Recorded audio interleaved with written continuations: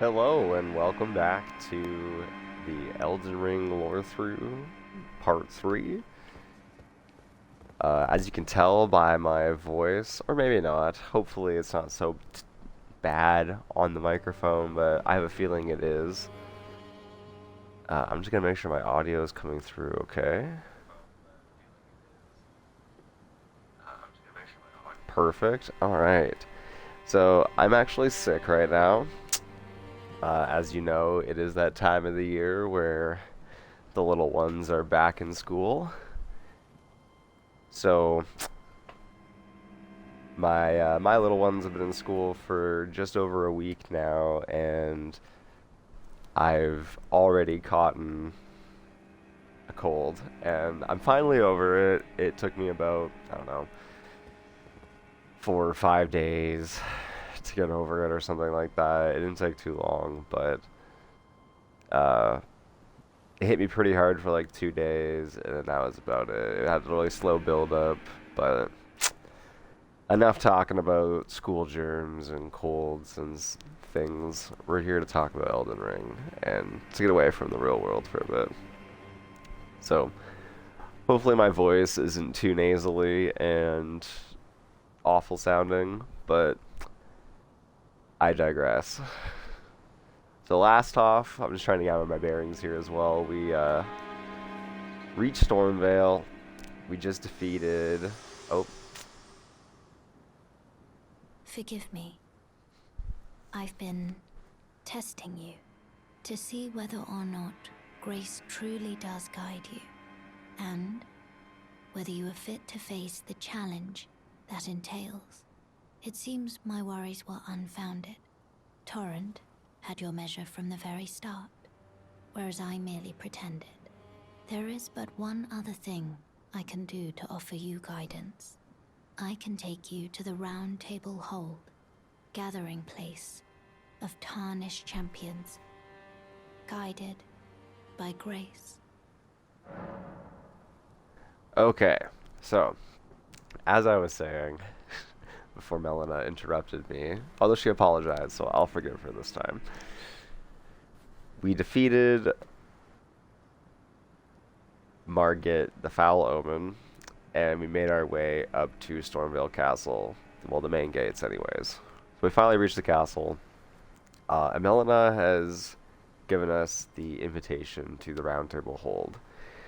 So that's probably what we're going to do in today's episode, is we'll thoroughly explore Roundtable Hold. We'll go through everything. There's lots of lore, and this is kind of where I'm thinking we're going to have a slightly longer episode. So buckle up, get some snacks, get a drink or two, and hopefully this will be a more entertaining episode. So we're going to go to the Roundtable Hold now with her. Very well. Let my hand rest upon you for but a moment.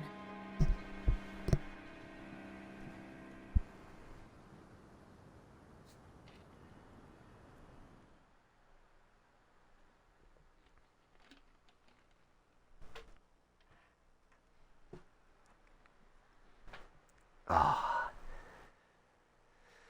definitely feels good to be back in the lands between, that's for sure. Okay, so we are now in Roundtable Hold, as the title card has told us. And for those of you who are familiar with the Souls series, this is essentially our hub world for our journey. But for those of you who are new to the franchise or have just never played Elden Ring before, this is where we will... It's kind of like our home base in a way. It's where we're going to come back, kind of refine our weapons and equipment, meet some new characters, progress some quest lines, and unearth some secrets while we are within the hold. So, first things first, we have the massive round table, literally what the hold is named after, in the center of the main hall here. There are several characters in this area that we will also get into as well, and we will talk to each of them as we progress through. But I wanted to really look at the table here to just kind of show a few different things.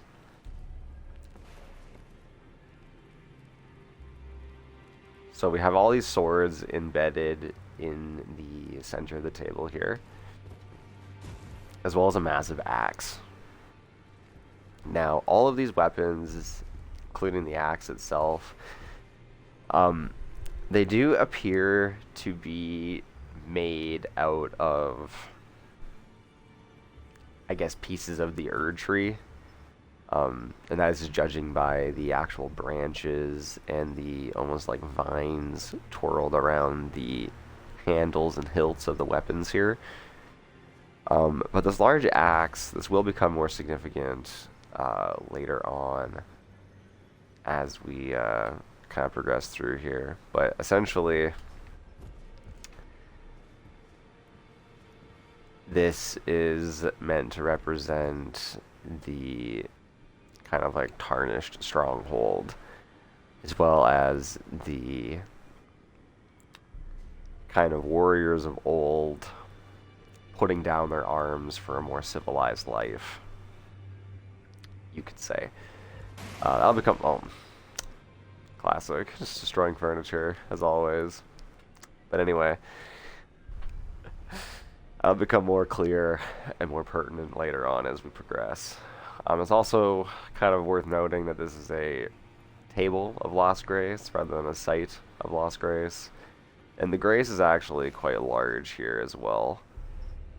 And just kind of talking about the Grace really quick, because we haven't really talked about it too much yet. It's quite humanoid looking in this instance of it. It kind of is as well at the tiny little sites, but you really see it in the large table here.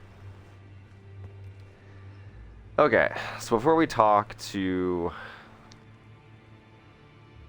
Well, actually, before we progress through the entire hold, we'll talk to each person, or we'll interact with each thing in each area, and then we'll progress through the hold and just kind of work our way through it.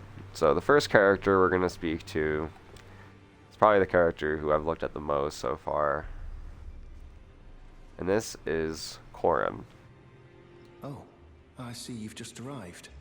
Welcome to the Roundtable Hold. I'm Corin, a man of the cloth. I teach incantations, the strength granted us by the Two Fingers, and explore the secrets of the Golden Order, so that one day, if a tarnished of the Round Table Hold should become Elden Lord, I might counsel them, ensuring order regains its proper form, righting rule over men. By the way, do you still see it?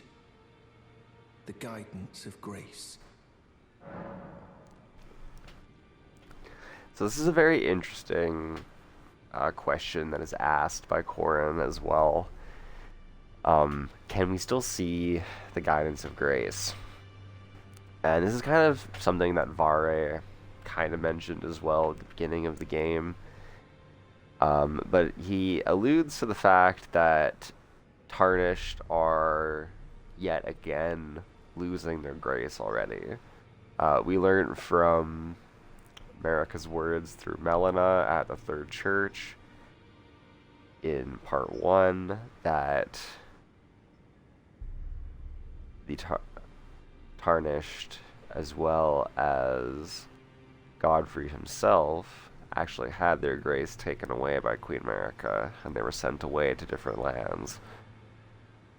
So for some reason, Tarnished are losing their grace again, but we can still see it. You do? Wonderful news. Most Tarnished are blind to it these days. You are something of a rare breed. Well, what do you say? Care to learn an incantation of the Two Fingers? So there we go. We officially get his title there, Brother Corin, and he is a incantation teacher. So essentially, he can teach us different spells with holy backgrounds to them. So if we switch our display, we can get more lore on each of these spells. So we'll just go in order here. So the first one is Urgent Heal. Incantation of the Two Fingers Faithful. Heals a small amount of HP. This incantation can be cast while in motion. The Two Fingers have the Two Fingers has... I wonder if that's an incorrect. I guess it kind of makes sense. Which, I mean, when you consider what they really are, when we meet the Two Fingers, it'll make more sense. But that kind of feels like a typo to me. Anyway, the Two Fingers has high hopes for the Tarnished, that even if they should be wounded, even if they should fall, they will continue to fight for their duty. Then we have Heal. Basically, it's the same thing there, except it heals HP for the caster, and nearby allies hold to continue praying and delay activation.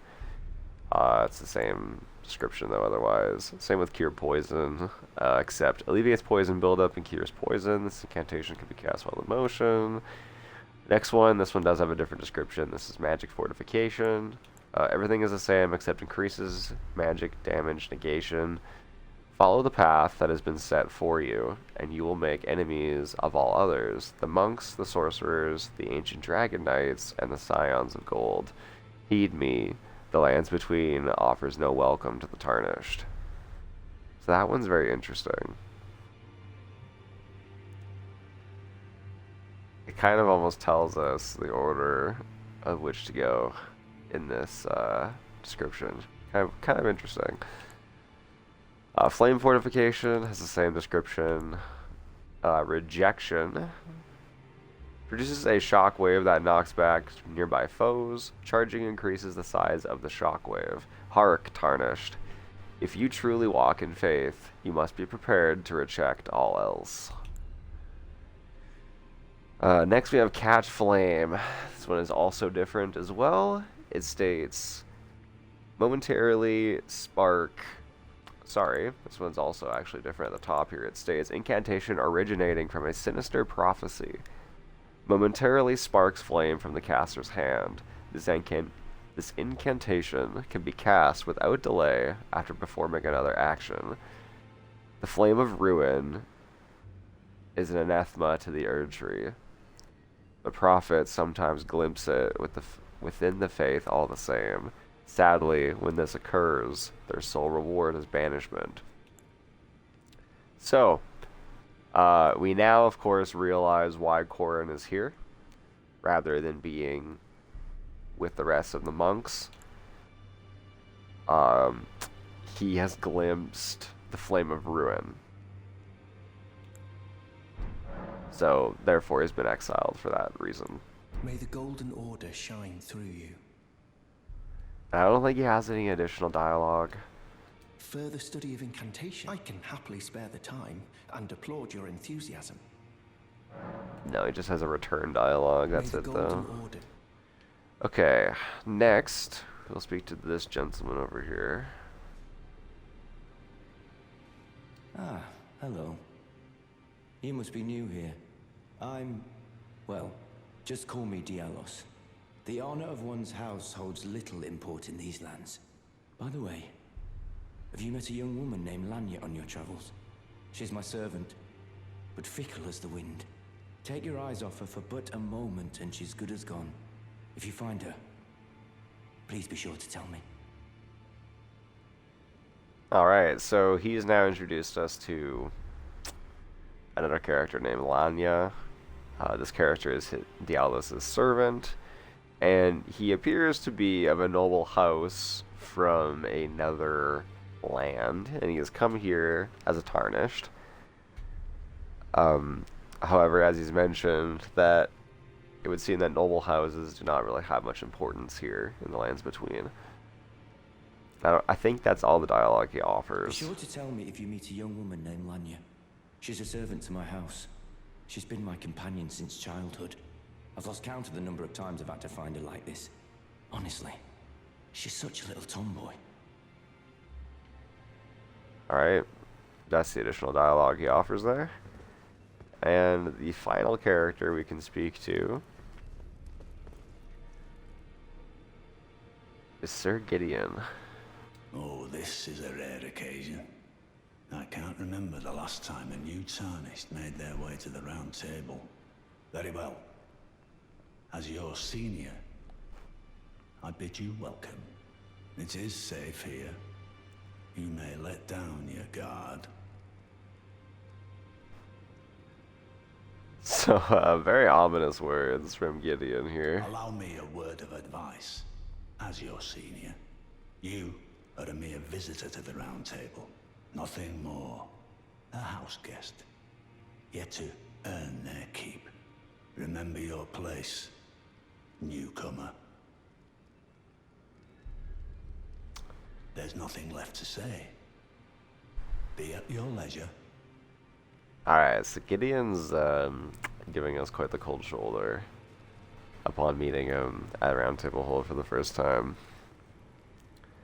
So, we will now go to the left of Roundtable Hold here. In this area, we have a study with a man posted up against the wall.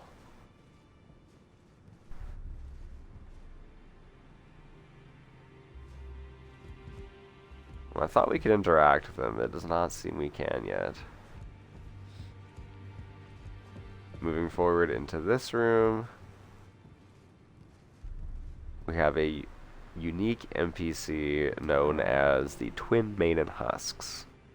Now, this is where we can collect new items, and it's also where we can move merchants' stocks should we complete their quest line, or if they are to perish in the open world, we can move their inventory here so it's still purchasable for us, which is really, really nice.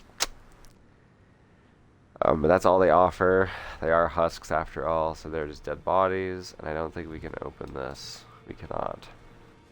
Alright. So there is lots of Erd-tree symbolism here within Roundtable Hold. And just lots of banners kind of everywhere. We also have a painting of Godfrey and Sirash. This is the lion or beast that was mentioned in the beast shield that we got at the very beginning in our first episode. Golden Beast Crest Shield. The beast depicted as Sirash, aged counselor who guides the golden lineage. So that is Sirash up there, up behind Godfrey. And you can see Sirash's hand actually on Godfrey's shoulder there. Okay. There's not much else to really say, I think, other than this, this painting of the Erd-tree here. This painting seems to depict the age of plenty, or the golden age, which we'll learn about more as we progress through. And this painting here,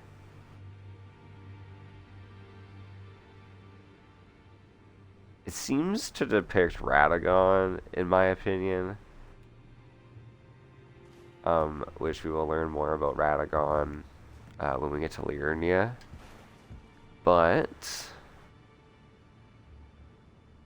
it could be argued that this is actually another member of the Rayo Lucaria family. Someone we actually haven't truly met yet. So, we'll now go to the right of the Roundtable Hold. So we see armor scattered around. We have knights, full sets of armor, as well as swords, halberds, and shields, with very interesting designs on this armor as well. We have dragon horns and dragons atop the knight's armor.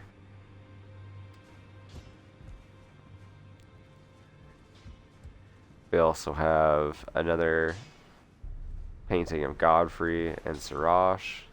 It's the same one, but we can see it a little more clear here. The lighting's a little better. You can see Sirash's hand a lot better. It's actually coated in or clad in a gauntlet.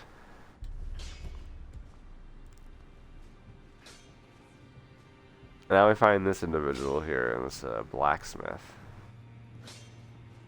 hammering away. You'll probably immediately realize that this man, or this creature, is of the same things that we found at Castle Morn before we found Irina's father. These creatures were besieging the castle, and you can actually see he is chained to the wall. So we will talk to him. You're a new face. No matter, it's all the same. Lay out your arms. Let's get smithing. So this is Smithing Master Hugh, and he is of course a blacksmith. Scrolling down, we will select about the chain on your legs. I see you've noticed the chains. Nothing special. I'm a prisoner and these are my chains. I'm trapped by the hold. I'm dying, smithing for you fools. That's all there is to it. You're a prisoner? No, don't read too much into it. I've no grudge against you. My being a prisoner is no fault of yours. Besides, I don't mind smithing. Despite my differences, the weapons get stronger all the same. Given time, technique never fails. Besides, it helps me forget the sheer terror of her.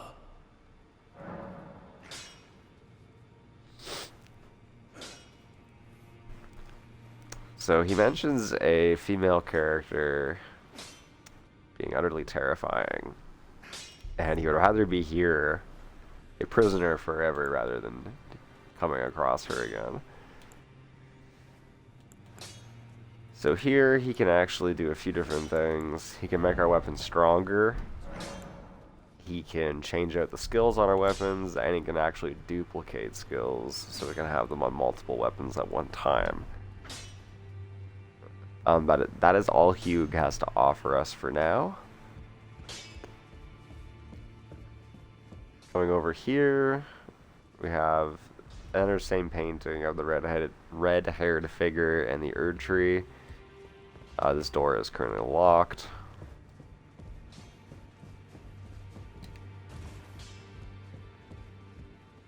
If we come up into this room, we have a couple new paintings.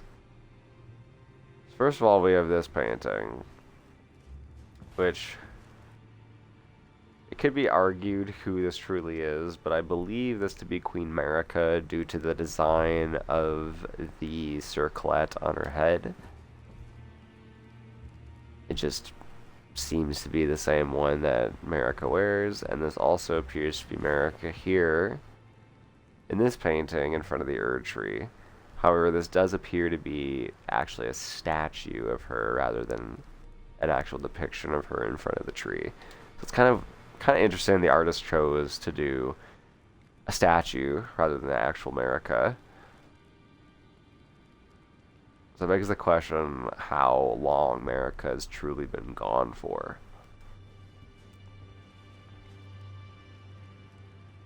Greetings, great champion called by grace. I am Fia. Circumstances have compelled my stay at the Roundtable hold. Great champion, would you allow me to hold you? But briefly, perhaps you might share with me some of your lively vigor and your stout-heartedness. Doing so will grant me the warmth of a champion, and you, I am sure, will bear a Baldakin's blessing. Do you think it vulgar, perhaps? Where I come from, it is a sacred act. We will let her hold us. Ah, my thanks, great champion.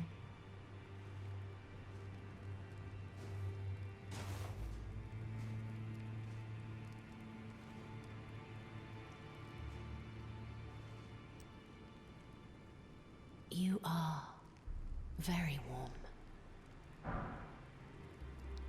And there's a Baldachin's Blessing. You may have noticed our health just decreased there as well. What you felt light up inside you was a Baldachin's blessing. Though it is but a fleeting thing, I am afraid. Come back to me, should you require another. I will take you in my arms as often as you need.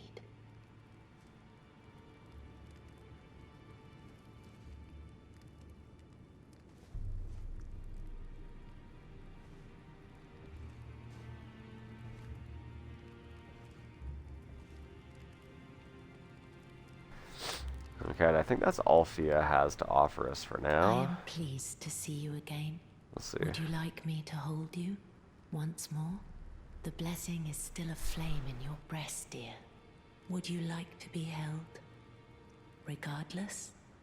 I think she offers us Come closer. different dialogue when she's actually hugging us. We'll see here.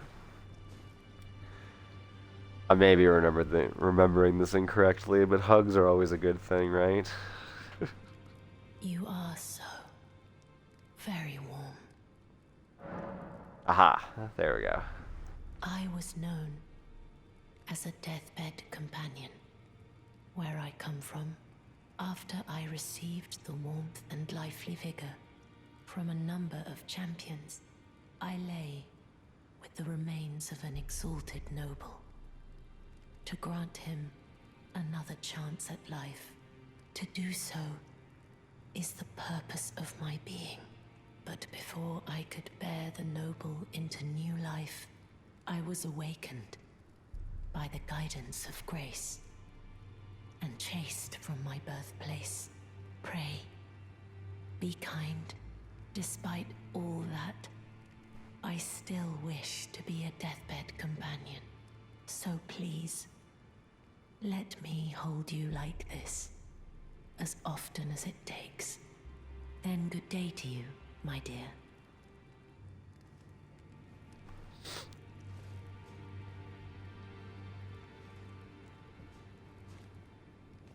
Alright. So we are doing every single quest line, as I mentioned before. And this is actually really good. I think this is actually Ghost Flame up here as well. It's that same white flame we saw earlier.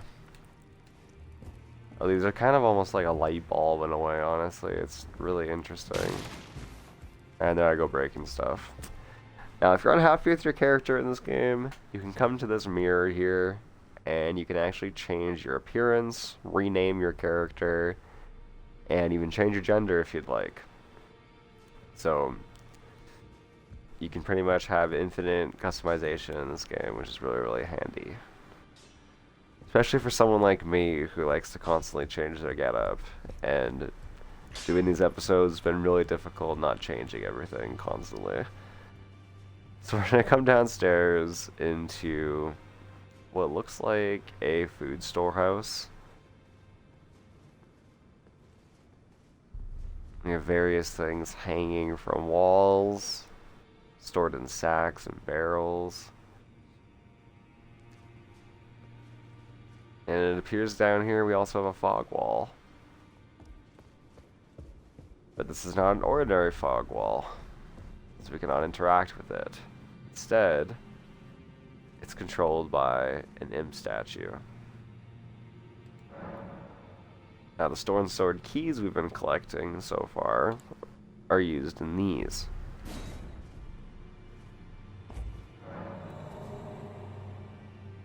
Now, they are one-time use, as the description read. However, the fog gate is now dispelled, and we're granted access to what looks like the kitchen. Or, well, not the kitchen, but the dining area, anyway. That's really interesting, as this area appears to be recently used, or will be used soon. There are fruit. Fire's lit. Everything is prepped for a meal. There's even cutlery and plates strewn about. So it does seem that this does actually get used by the inhabitants of Roundtable Hold. And there's of course chests in here that we can open. Now, I've never actually examined chests in Elden Ring, but they do actually have the Erd tree on them, some Celtic nodding, and what appears to be lions on either side. And they emit a very faint hum. But we're going to open the chest without further ado. So from here we obtain the Crepus's Black Key crossbow, as well as the Black Key bolt. We'll take a look at those. Black crossbow featuring a long stock used for sniping. It has a very long range. Weapon of Crepus, who served the Two Fingers from the shadows of the Round Table as the head confessor. And then we also have the Black Key bolt, which reads, bolts used in Crepus's Black Key crossbow, an assassin's tool of exquisite craftsmanship. The intricate spiral tip bores deep, injecting scarlet rot far into the flesh of its target. Now, scarlet rot is, I think that's our first actual instance of scarlet rot, or kind of mentioning of it. Before we continue on that topic, I do just want to point out the lion tapestry here is the same as what was on our shield that we acquired earlier, and I think that's pretty much it. We do have another picture of Godfrey and Sirash in here. And another painting of the Erd tree, but much larger. And I just destroyed the table. Oh, and scared myself doing it. Alright, we're now going to dispel this fog wall as well.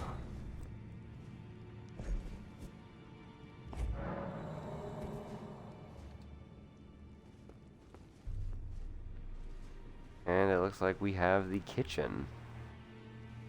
And again, looks like food was being prepped. We have a lit fire with something cooking in a very large pot. So it does appear that the inhabitants do actually eat and do actually consume things. So they are in essence alive, the people who inhabit the Round Table Hold. And in this chest we receive the Assassin's Prayer Book.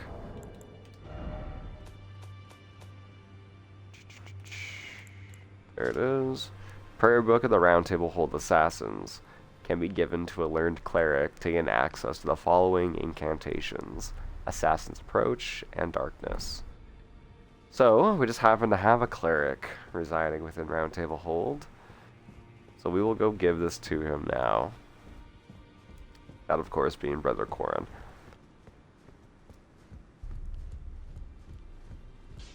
Now, as we've progressed throughout the Lands Between, we will be kind of able to laser focus more on certain sections of the world, such as the Golden Order and the sorcerers and the fire monks and things like that that have been mentioned. But so far, we're just going to kind of keep it as it's introduced to us. I don't want to give away too much. Is it? I can happily spare the time and applaud your enthusiasm. So we're going to give him the prayer book. That is a work of heresy. Its incantations bear no lineage from the Erd tree. Very well. I'll take it off your hands. Alright, so Corin mentions that this is actually a heretic book, and this book actually does not come from the teachings of the Erd tree. However, it states that it is an incantation of the Two Fingers servants, who once served as assassins of the Round Table Hold. creates a veil of darkness that conceals the caster. This incantation can be cast while in motion or crouching. The assassins were themselves once tarnished, who had strayed from guidance, and they pursued their duty in the darkness that is without grace. Then we also have Assassin's Approach, incantation of the Two-Finger Servants, same thing there. Completely silences the footsteps of the caster, additionally reduces fall damage and the sound produced by falling. Can be cast while in motion or crouching. The assassins were charged with eliminating Tarnished, who had strayed from grace. May the Golden Order shine through you. So, it's kind of interesting because this would imply that the Golden Order and the Two Fingers themselves are not actually intrinsically linked to one another. They are allied with each other, but they're not actually the same thing or exist because of one another, or because of one, so to speak, or vice versa. So while the Two Fingers do exist here, and they do seem to guide things and give guidance to people, they're not actually part of the Erd Tree. They're just aligned with it, if that makes sense. The last place we can explore is up here, by coming up to the balcony. And we do actually have a couple other paintings here. We have another painting of the red-haired figure, which I do think is Radagon, due to the circlet. We have Godfrey and Siraj. And then we also have what appears to be... I think this is Queen Marika. This is probably the most clear picture we have of her. And then the Erd Tree again. Now, there is an area down below, somewhat shrouded in fog. And it's not that far down, so we're gonna hop down there.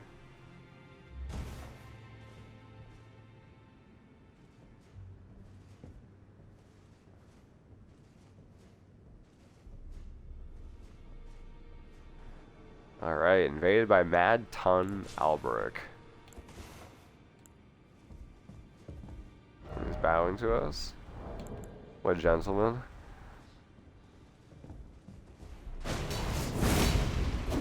Yeah, that was my bad.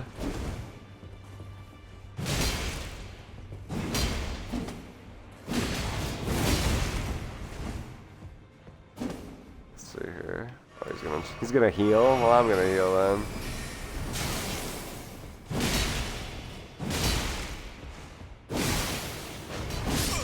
Oh, he got me. Dang. I'm not paying attention to the frostbite. Alright, we'll try that again.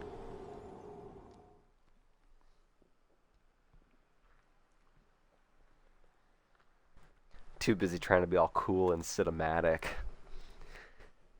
I'm not going super try-hard mode. Alright, let's try this again.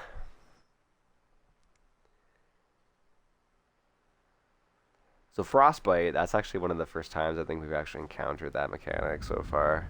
And of course, we're all the way back at Stormviel Castle. Alright, we're just going to go back to Roundtable Hold here.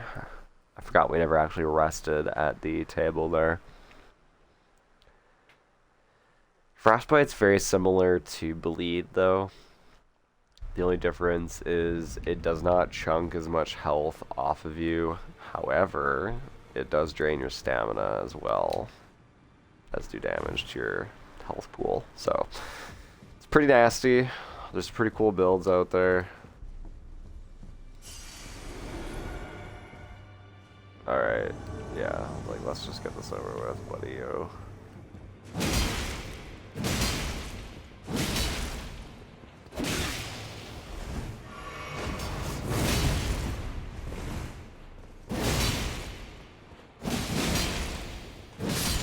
There we go. And the scythe actually bleeds as well that he was using. So that's actually a pretty gnarly combo, to be completely honest. Our Invader vanquished. I'm just gonna heal really quick. And we have a couple different ways we can go. So I think we can open this door. Just kidding. Can we open this door? No, we cannot. Okay. We can, however, take a look at these. Because these are actually the same maidens that were outside the starting area, just outside Stormviel Castle. The church, or chapel of anticipation, I believe. Yeah. We do have a way we can go in here. Now, this appears to be somewhat of an armory as well. Upstairs being the forge area, blacksmith. This is kind of more of like the barracks area, I guess, so to speak, of the hold. And we also have a unique item here. So this is the Cipher Pata.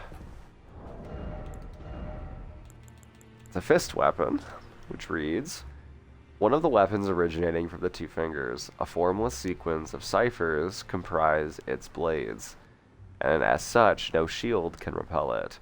Deals holy damage. The furtive inscription appears to hang in the air, the language of light spoken by the two fingers. And its unique skill is Unblockable Blade. Imbue the cipher blade with light, then lunge forward with a sudden piercing attack. This attack cannot be blocked. And of course, it does do explicitly holy damage. It does not do any physical damage at all. Very unique weapon. If we decide to go more holy based later on, I might actually consider using it just for this playthrough. Just for the fun of it. There's a lot of really cool holy weapons in this game. And kind of a sucker for paladin builds. So, we'll see. For now, we're going to return to the entrance.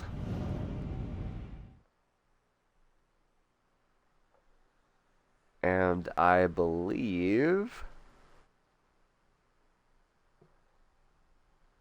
Whew, excuse me. Apparently, I haven't had enough caffeine today. Yes, I believe that is it for us now when it comes to Roundtable. Hold. Oh, actually, not entirely. Gideon's actually moved now. If I just break this chair really quick and come over here, we'll notice that the door has now opened.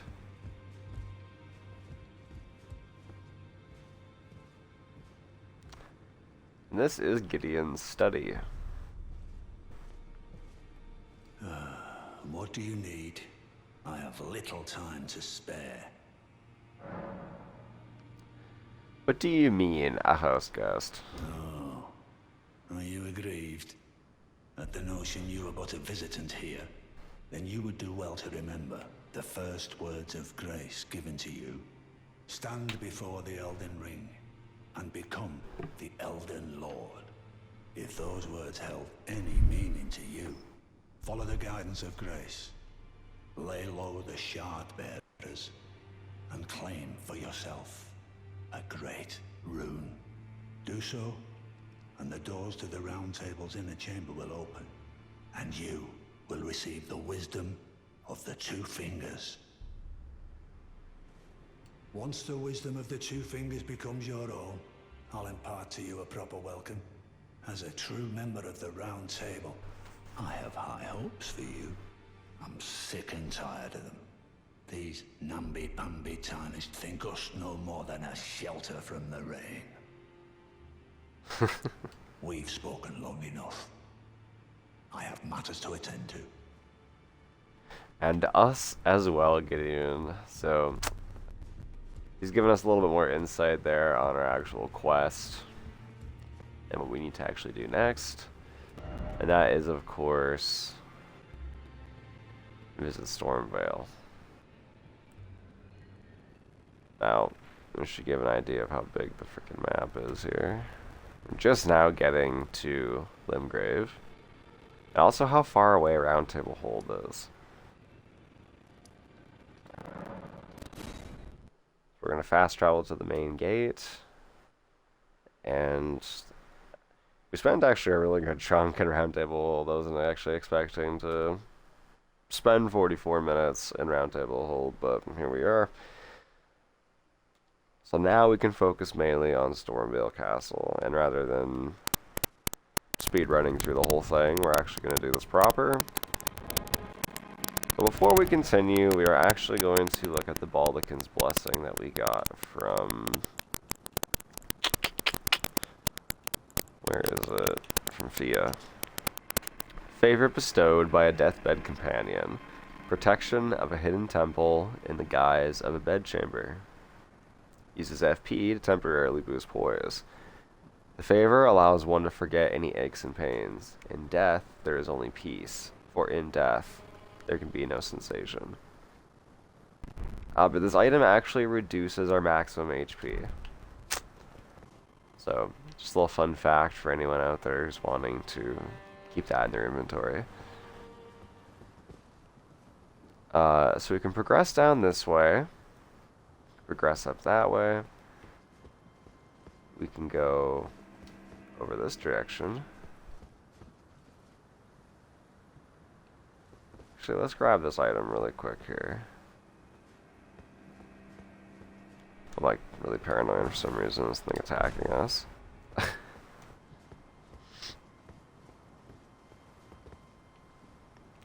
There's also that area down there. I don't think I've actually ever explored that area. Before we do, though, we're gonna come inside here. You there? Come over here, would you?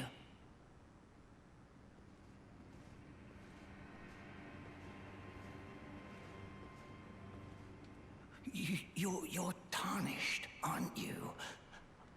I would advise against taking the main gate into the castle.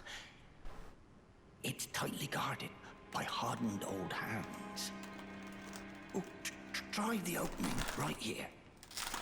The guards don't know about it. You'll breach the castle undetected. Yes, that's the spirit. You're just the kind of tarnished that I like.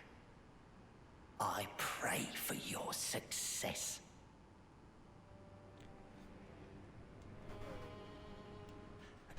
Use that opening to breach the castle. The guards haven't a clue about it. You'll slip right inside undetected. Yeah, you're just... I pray. Alright, so... This man is telling us to go through this hole in the wall. So we're gonna follow his advice for the time being.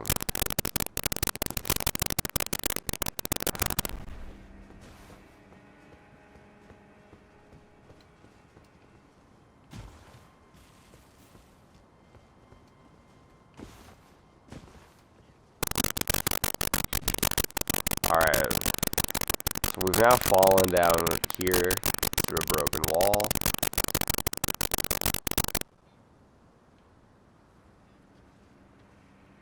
And it's a little bit too peaceful. As something comes swooping down from above.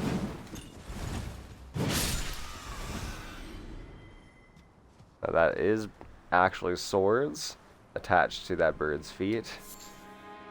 And it dropped us a feather. Wow. Incredible.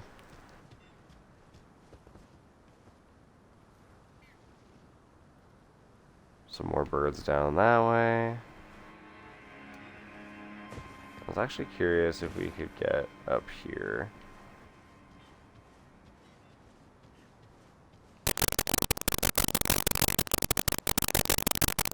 Looks like we can.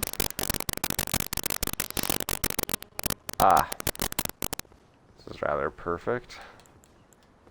This is a really great view of our starting area, and it really shows just how secluded it really is from everywhere else in the game.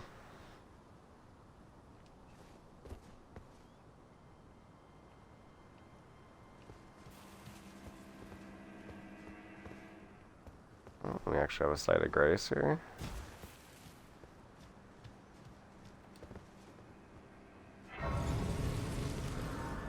And, as you can probably saw, walking away up there, or patrolling, It would appear that the guy lied to us. Because it looks like the guards are aware of this path.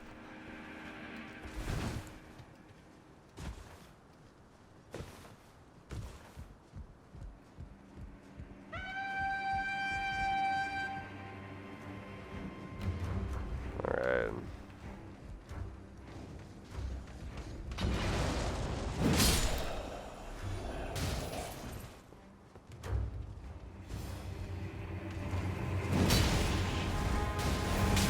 Okay. Using wind attacks on us.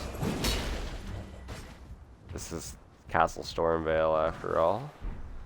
So it does make sense that they would be attacking us with wind.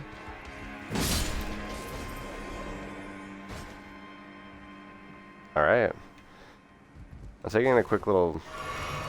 Well, I wanted to take a look at his armor, but he just despawned on me in classic Dark Souls. We did pick up a new shield, though. The Marred Leather Shield. Leather shield of Stormviel soldiers. Much like the castle, it is marred by mottling and thorns.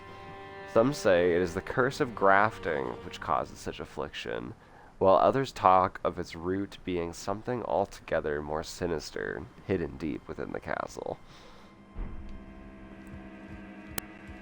It's very ominous there. There's an item for us to pick up, and a trap for us to set off, of course. So we're now inside the watchtower here. And these enemies actually share the same character model as the character who spoke to us at the beginning of the castle.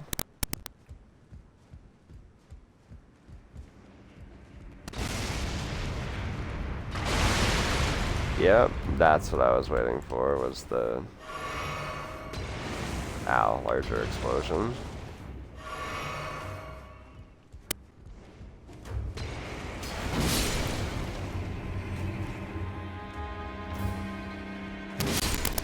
They're a little slow to react, so we can use that to our advantage.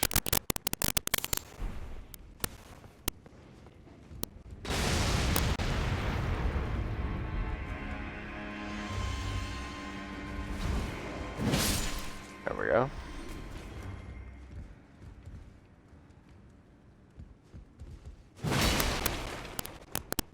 We do actually have another pathway hidden behind these boxes here.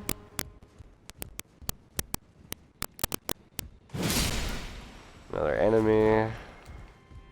He dropped a weathered straight sword, which we've already picked up. And the last thing for us to do... Let's investigate this room here.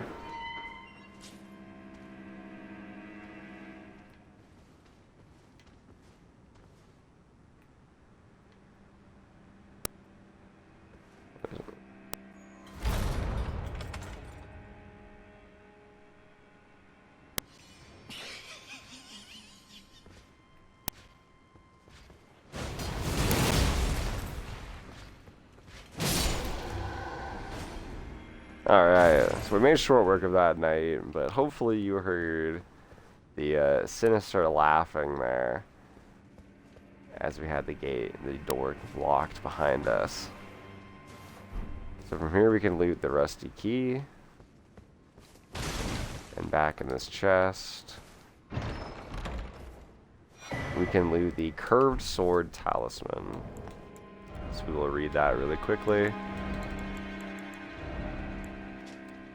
Talisman depicting a curved sword and a swordsman. Enhances guard counters.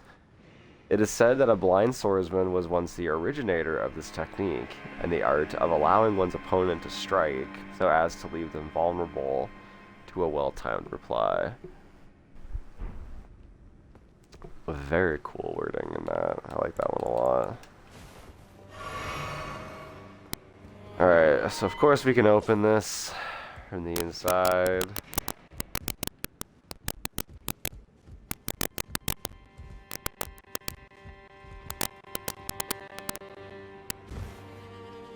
Head down here. And we can use the rusty key on this door here.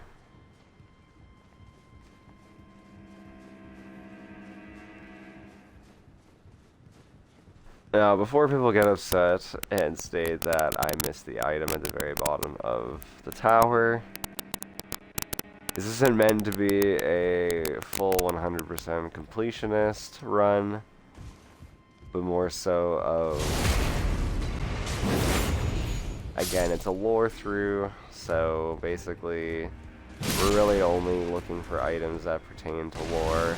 Sometimes I might get confused and pick up things like this fire grease randomly, but since we've never actually read it yet, we can actually pop that open and take a look. So fire grease reads, solidified grease made from a mixture of incendiary materials, craftable item. Coats armament, adding fire damage to attacks. The effect only lasts a short time. We'll jump up here. It appears as though we are back outside.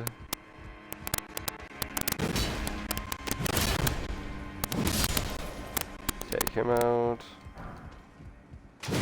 Dropped us a smithing stone. That guy dropped us a mushroom. So, nothing too crazy there.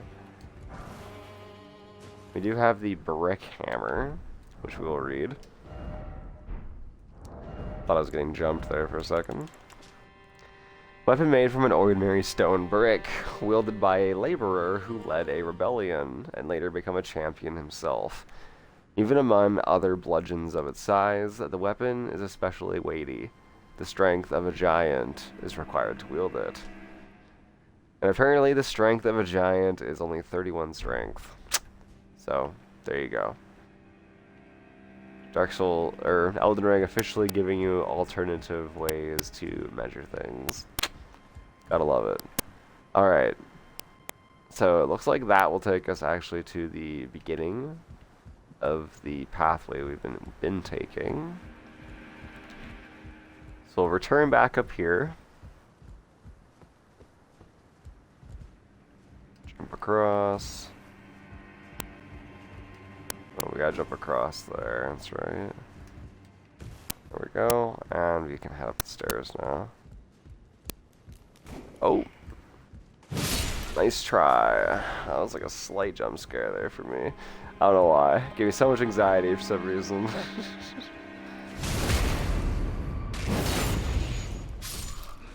There's someone else sneaking up on us here. And a silver pickled fowl foot. Say that 10 times fast. Four-toed foot of a fowl pickled in a silvery medicinal solution. Craftable item. Temporarily boosts item discovery. Since old times, the needy would scrape the meat clean from even a fowl's claw. Nasty. Alright. So now we're outside. And we will come face to face with another one of those knights from earlier in the room. And we'll get a much better look at him.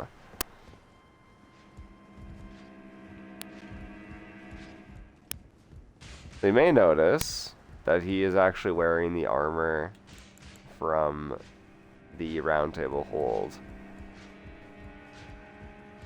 I'm just going to go like this and just take a look at him. You can see the dragon on his helmet there, and you can see the horn on his shoulder. He's getting really mad there. Okay, he's now idle. There we go, perfect.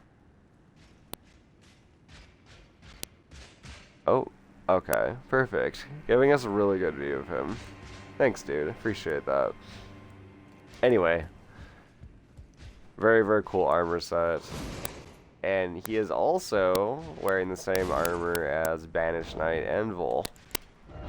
Since this guy is having a hard time there, we're just going to compare. And as you can see, there's the dragon on his head and the horn on his shoulder. He's actually wielding the pike, just like this guy is too. Oh, that was a lot of damage. There we go.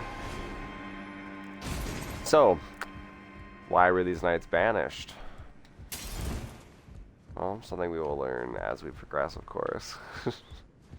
Can't spoil everything right away. Alright, so it's a pretty high watchtower.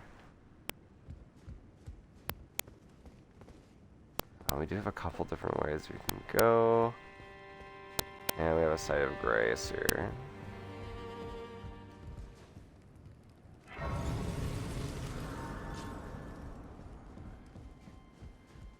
Just gonna head back up this way. So there is a spot for us to jump. And another spot for us to jump. Some drawstring fire grease, which you could probably guess what that does. It is fire grease for arrow, or for bow and arrows. For bows specifically. Good night. Exile Greaves. Okay. We can read those in a moment here. I don't know if I can actually get to that guy.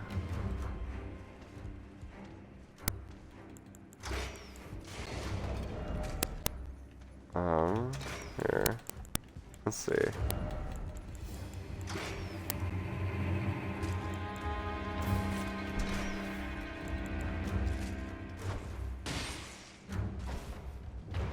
I have some kukri knives. There we go. And goodbye.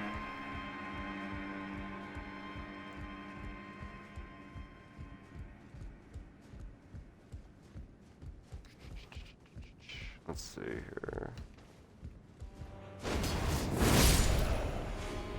Aha. Alright.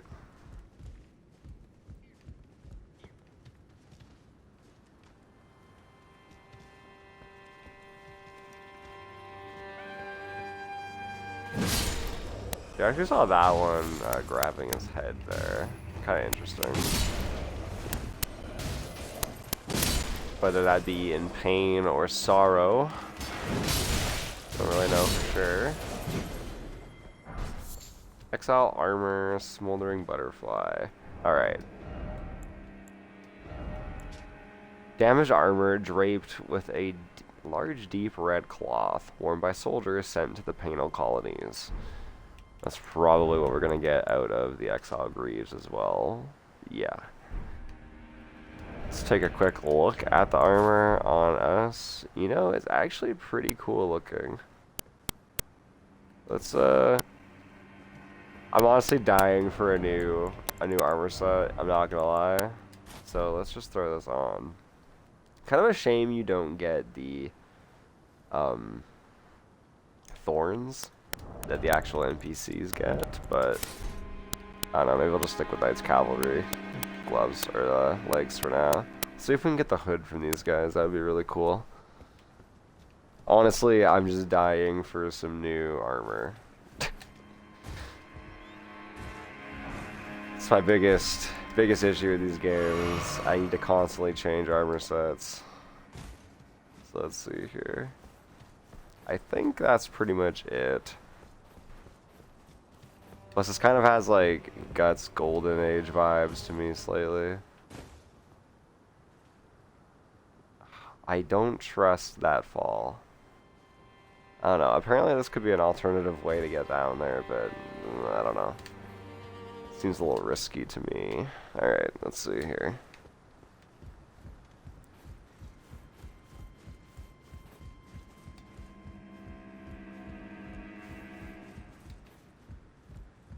I don't know, I'll probably make a point of like wearing every armor set that we get. And honestly, now that we've acquired some of this stuff, I kind of want to see if I have the rest of it in my inventory here, in my sorting chest. I don't think I do, but let's just take a look, shall we? Why not? Alright, sword chest. We'll just go to headpieces. I don't think I have the Exile. Because where would it be?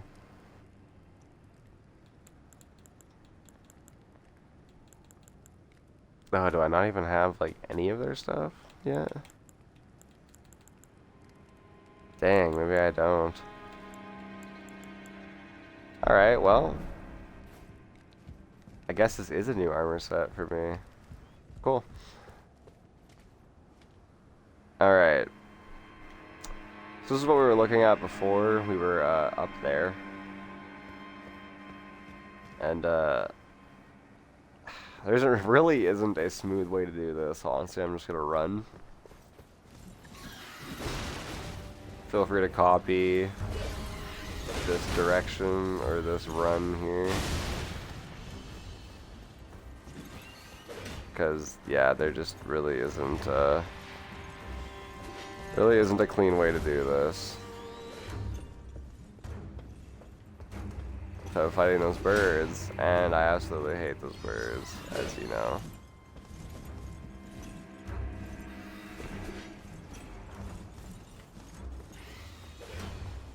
Alright, head this way to the chapel.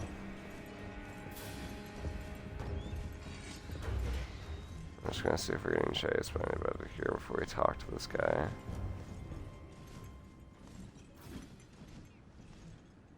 There's some birds.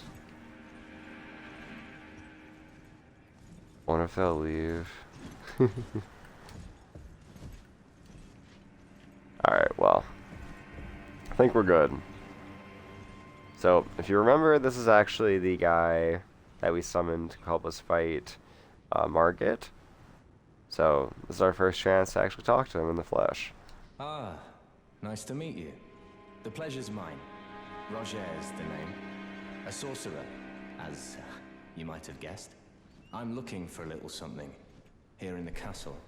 When I'm not hot-footing it from the troops, that is. But enough about me. What are you doing here in Stormviel Castle? This place is bristling with tarnished hunters, you know. They sacrifice our kind for grafting. Not exactly a place I'd stroll into without a purpose in mind. I see. Here to challenge Godric and lay your hands upon a great rune, are you? You can see it then, I take it. The guidance of grace.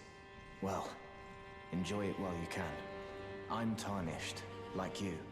But unlike you, I've seen neither hide nor hair of this guidance for the longest time. Still, I won't forget how it felt when I first came here, to the lands between. I'm privy to a few magical battle arts. Would you care to learn one? As a fellow tarnished, once guided by grace, I'd love to help you out, if it please. Alright, so Rogier, not only is a sorcerer, but he'll also teach us sorceries as well. So he teaches 3 different Ashes of War, which are magic based. We have Glintstone Pebble, Carrying Greatsword, and Spinning Weapon. The Ash of War grants an ornament the magic affinity and the following skill: Glintstone Pebble, a skill that employs the glintstone sorcery of the same name. Follow up with a strong attack to chain this skill into a lunging thrust, performed while the armament is still imbued with glintstone. So, kind of an alternative if you want to be more of a battle mage in this game, which I really, really like. Next is Carrying Greatsword, which reads Carrying Royal Prestige embodied in a skill.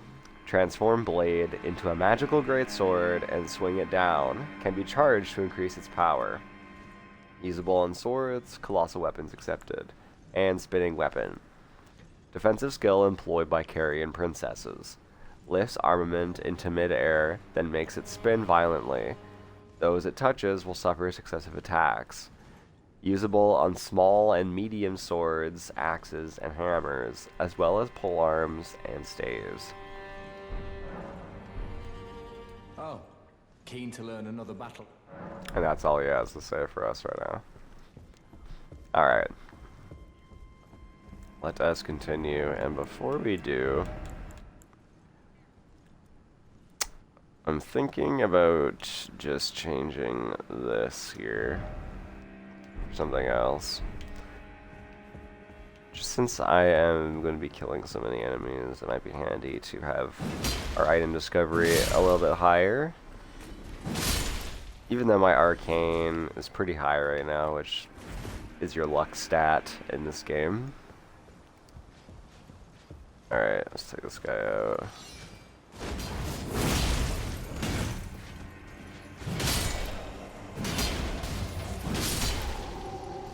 There we go. Smoldering butterfly and a mushroom.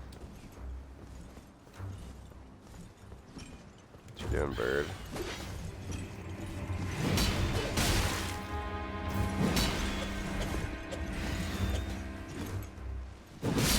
Whew, that was so stressful. I hate those things.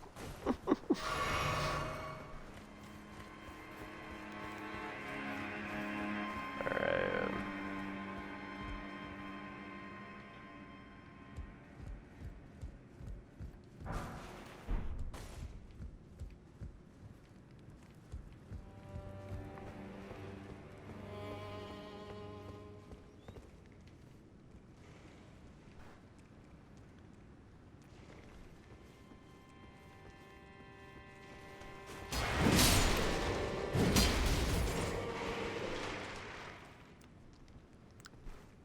Oh.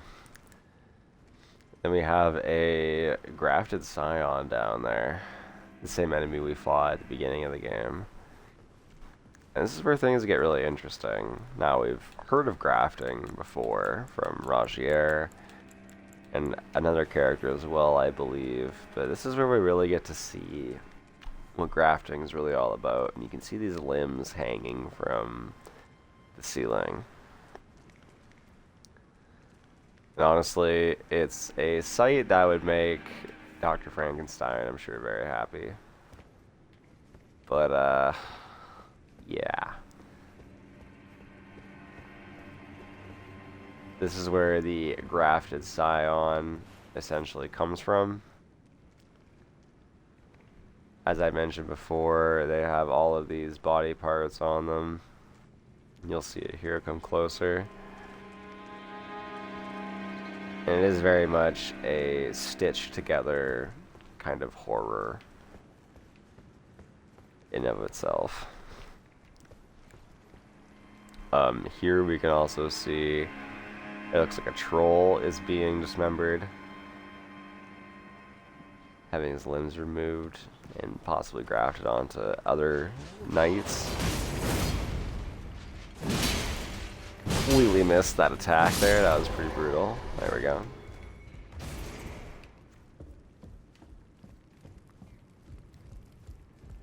Up here, we have a chest we can open. This is the Mimic's Veil. We will read that really quickly.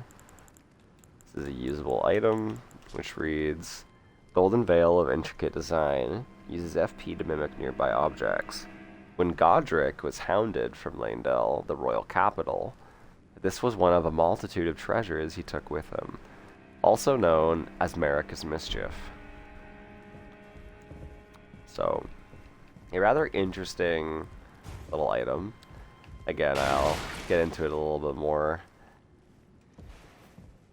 as we progress. Probably the catchphrase of this channel, honestly, once we progress, as we progress.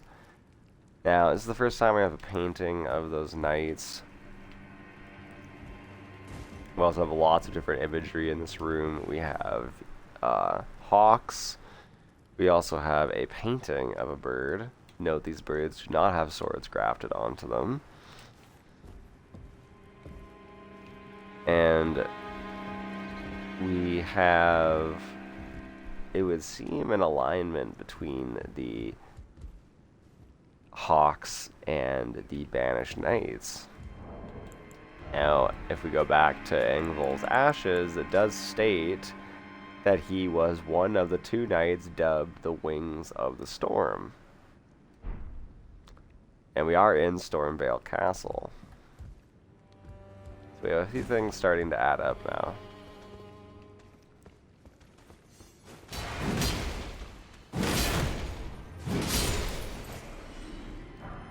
Exile armor and a smithing stone. I would like to get your hood, please. Exile armor. Dang it. Alright, let's see here. I think we have to fight that scion. Dude's throwing rocks at me.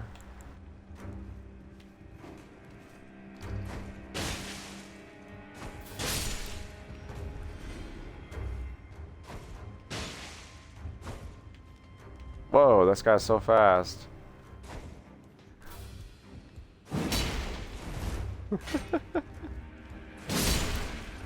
Speed racer over here. Alright. Is that... There we go. Is that not an enemy or something? Oh, he almost got me with the rock. Whew. Alright, he's down. Oh, and he dropped the commoner's garb. Exalted flesh. I think that is actually new. A lump of animal flesh pickled in a medicinal solution mixed with fiery spices. Craftable item. Temporarily boosts physical attack. Considered a delicacy in the Badlands, this invigorating repast, I guess, was for the exclusive benefit of those who they deem heroes. So, a little bit of Badlands lore there. We really don't know a lot about them, other than that's kind of where Godfrey hails from.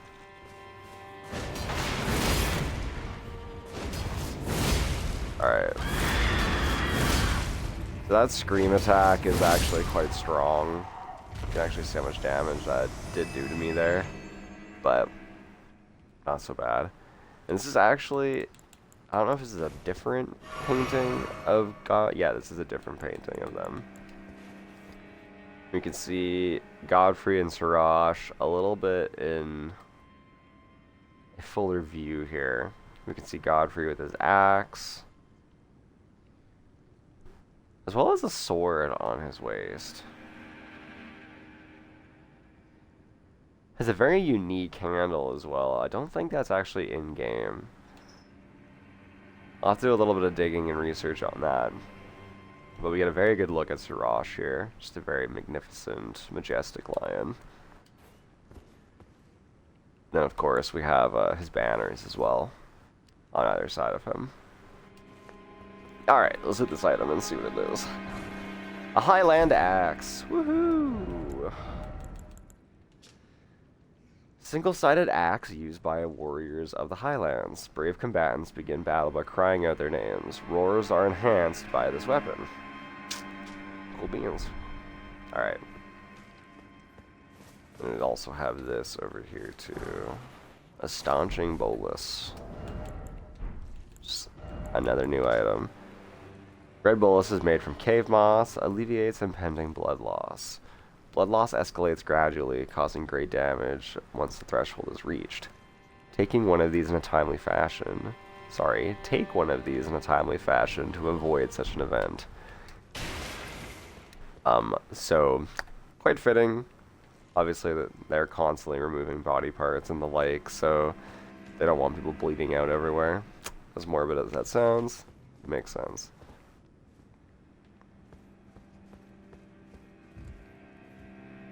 I believe this is actually where our first shortcut is. I could be wrong. And this is actually where the dogs are consuming that troll. As much as I hate dogs, I'm gonna fight them.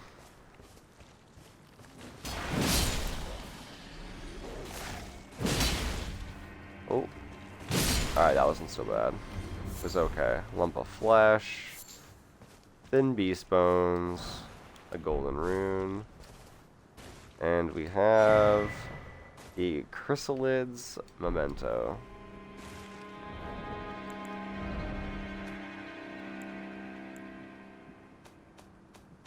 This could be a key item. Memento left by the Chrysalids sacrificed for grafting. A brooch wrapped in a red velvet. Traces of blood are visible. Faintly visible spirits try to convey something, but their voices cannot be heard. So, a very interesting item there. But, as you can probably tell from being in the key items, it is indeed a quest item. This is actually going to take us all the way up to the top of the castle now.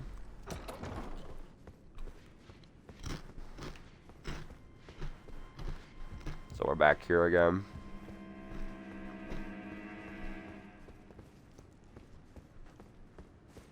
I'm just gonna check our flasks. We're actually doing okay. I don't think we need to actually go back that way. I'd also rather not go back that way because I hate the birds. Just gonna ride this back down.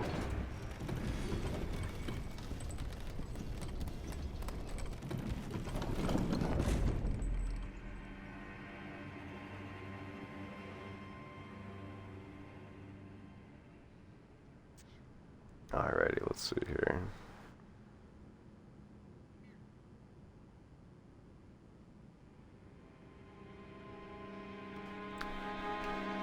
Well,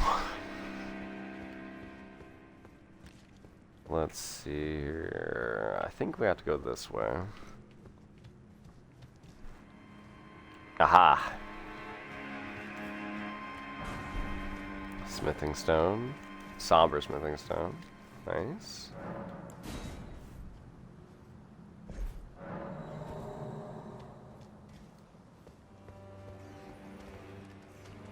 Hey everybody.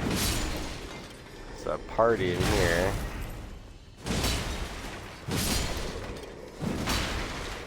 Alright. Ooh, the miser cord. And the hawk crestwood shield. Alright, the miser cord. Dagger favored by military physicians in white. The pointed blade is hard and sharp, making critical hits especially potent. Medicine is mercy, and mercy upon the battlefield is ruthless. Beware the killers, clothed as men of compassion. And then we have the hawk crest wooden shield. A tall, medium-sized wooden shield, light for its size and easy to handle, adorned with a long-forgotten crest, a Stormviel, ancient in design. It seems to depict a bird with a crown on it. Whoa, hey dude, which is rather interesting. I thought that guy was gonna poke me through the wall, to be honest. There we go.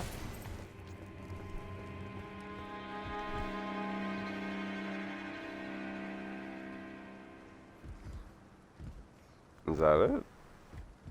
That's the point of coming down here? We can't jump down any further? Maybe I'm wrong and not remembering that correctly, but we will find out. I feel like just having one weapon, though, locked behind a door is kind of weird. Oh well. I want to say there's an area I'm missing. But maybe we're actually exploring too much of the castle at this point.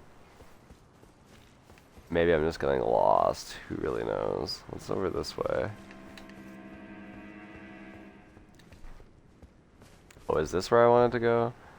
That is a very dark room. Oh my goodness, why is it so dark? Holy cow, that was dark. Okay. That was wild. Oh, hey buddy. That was weird. That was so dark in there. I don't know why that was so dark. Some arrows, cool. Okay. Now, this is kind of another mad dash. Again, there isn't really a gentle, kind of structured way to do this, so to speak, other than kind of just running and praying for the best. So that's really all we're going to do.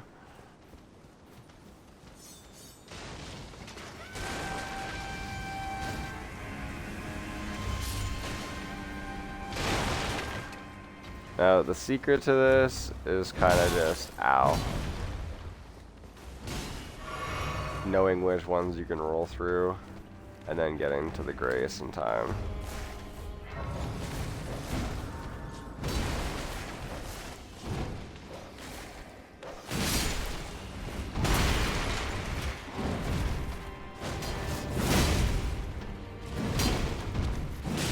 Whew.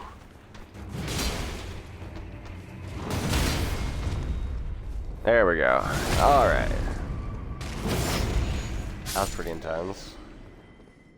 Actually wasn't expecting to deal with him. Now, this is our first time fighting them, and of course it's going to disappear because this game loves to do that when I'm talking about somebody. But those are the Omen.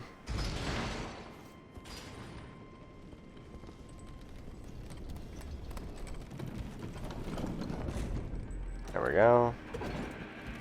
And you'll see where this actually takes us as well.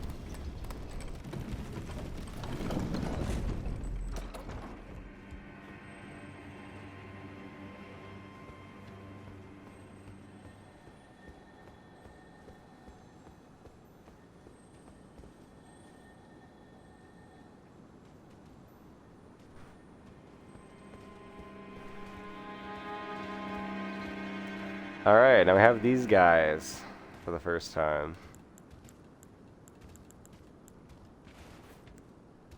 These are the warrior jars.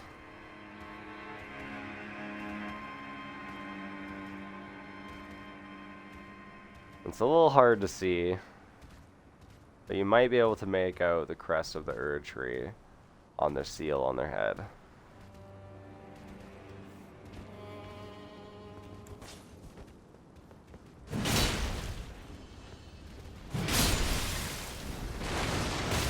Whew. What's up, big boy? Forgot you were here.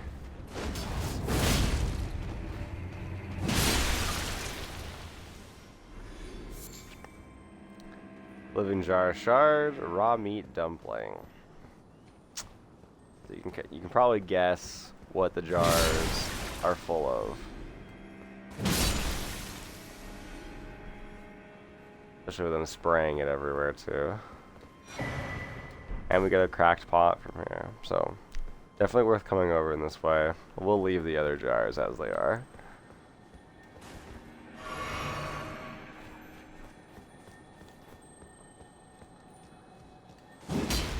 Nice. Alright. From that we get the Ash of War known as Stormcaller, which is actually kind of important to us. And something we want.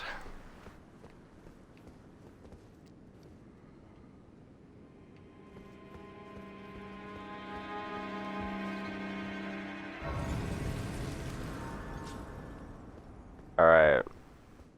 There's one more thing to do before we go through that fog gate and challenge the boss of Stormviel Castle. We need to actually do a mad dash all the way down. This is probably one of the worst things that we have to do as part of this. However, it is it's important for the lore.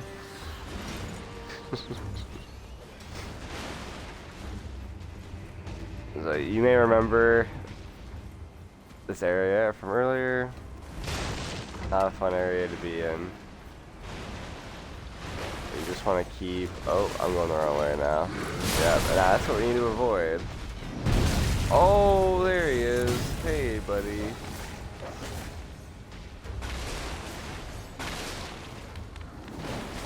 Keep running, just keep running, just keep running.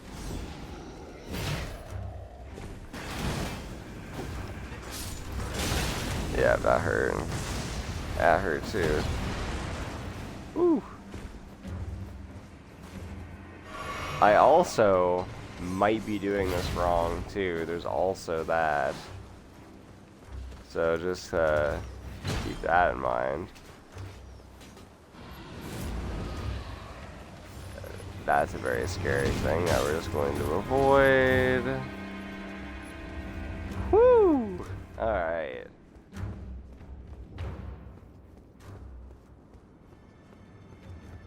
That was absolutely terrible. I hate doing that. I hate it. I hate it so much. But it's worth it. This will be important to us after we complete Stormviel Castle. We will actually be returning here. But we do receive the Bold Drake Talisman, so we'll quickly give that a quick read. Quickly. Talisman depicting a yellow ancient dragon. Boost lightning damage negation. The ancient dragons who ruled in the prehistoric era before the Erdtree would protect their lord as a wall of living rock. And so it is that the shape of the dragon has become symbolic of all manner of protections. Okay, so as I mentioned, we will be returning to that afterwards. There's actually one more place we have to go. And it's actually right at the main gate. So there was one other path we could have taken instead of jumping down and continuing on the path that the gatekeeper told us to go. There was actually another path we could have taken. And that is this path here.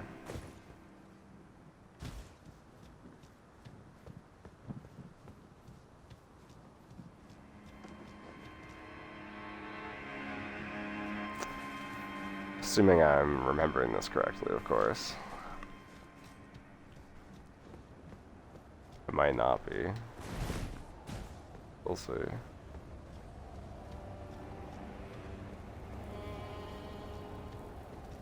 Kind of just loops around here. Oh, I know where it is. I'm being just a big buffoon right now. I think it actually is the spot over here. Or it's not, you know, we'll find out. That's the fun of these, we get to explore.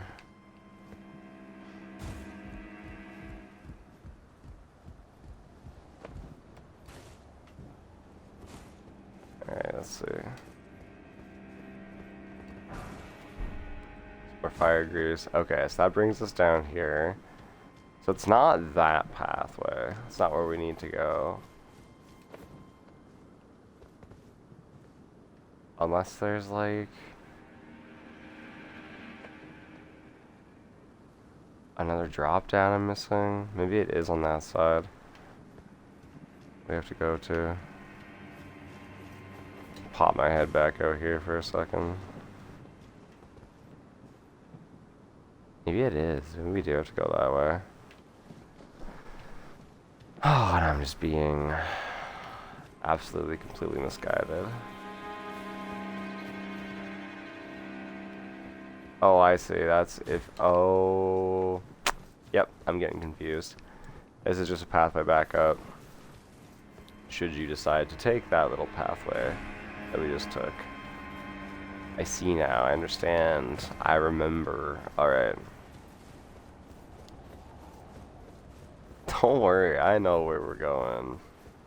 Trust me. Alright. Rip through here again. We'll come up this way. That, I believe, is where we need to go. Down there. But that was scary. We have to go over here first.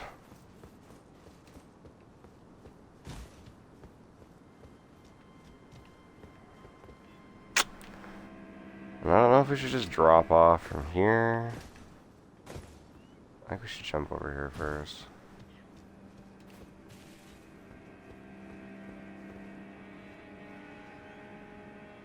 Yeah, I don't know. This is kind of looking like where we need to be. I could also be entirely wrong, though, again.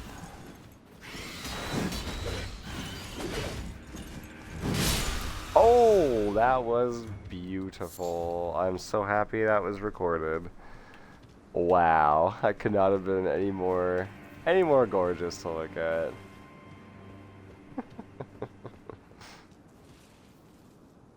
Alright, let's see.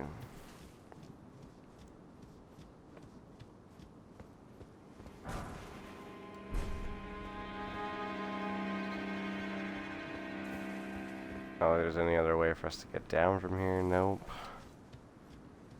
That is that. And that is that.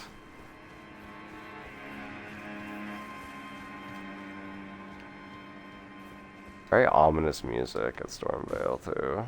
I mean, it makes sense, but very creepy.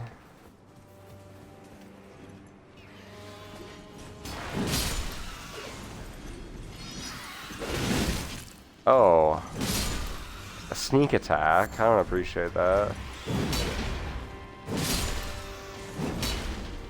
I mean, I understand, but I don't appreciate it.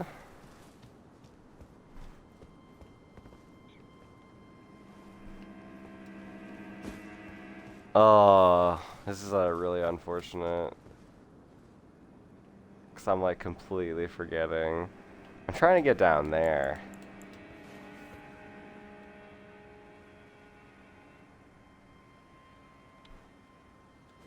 How do you get down there again?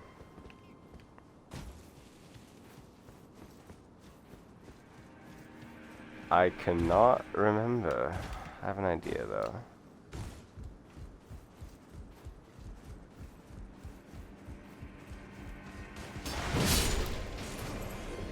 Good night.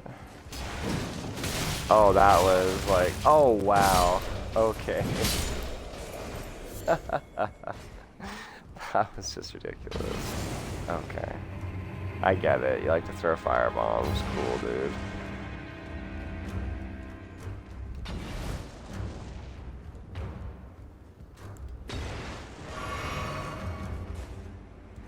There's gotta be a way to get down there.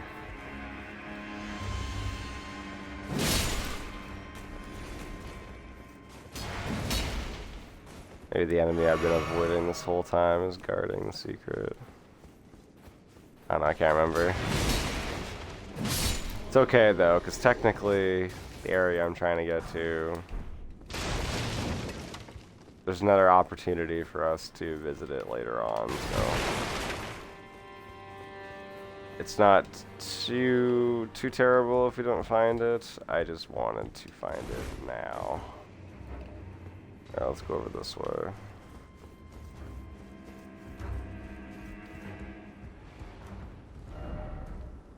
Let's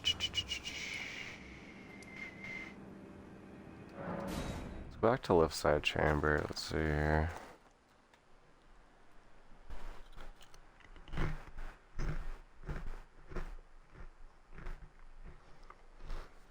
Oh. Apologies if that's super loud. I'm just so very hungry all of a sudden. And I just cannot wait.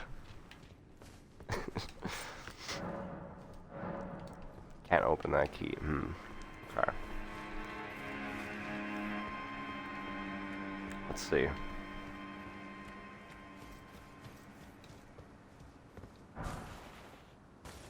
Aha. This is where I've been trying to get to. Alright. Here we go.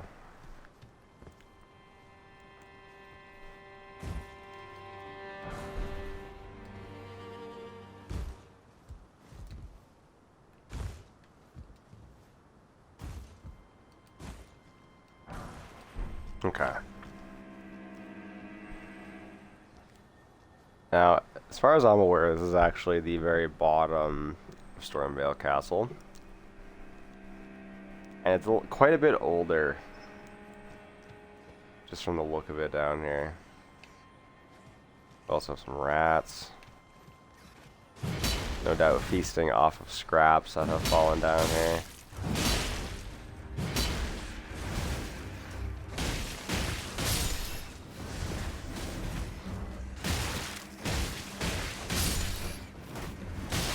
This is kind of where the fist comes in handy. Gives us a good weapon to deal with smaller enemies like that. Then we have the great sword for larger enemies like this. There we go. Some poison bloom.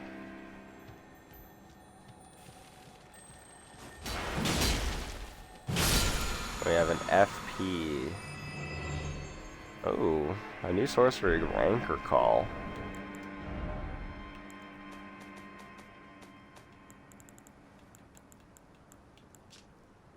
Sorcery of the Servants of Death. Summons vengeful spirits that chase down foes. Charging enhances potency. Once thought lost, this ancient death hex was rediscovered by the necromancer Garrus. So again, my famous catchphrase is we will dive more into that later on as we continue.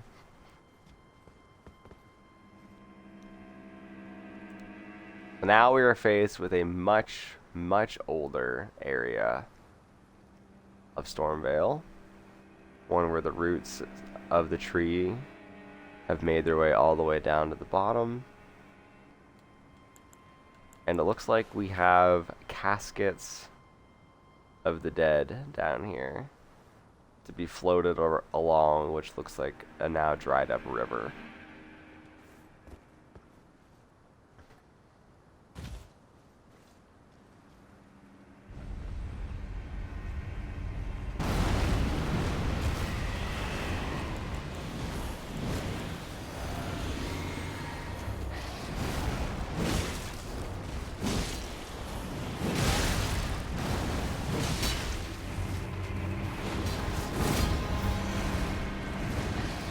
Alright, now this thing is really just a mess of just everything.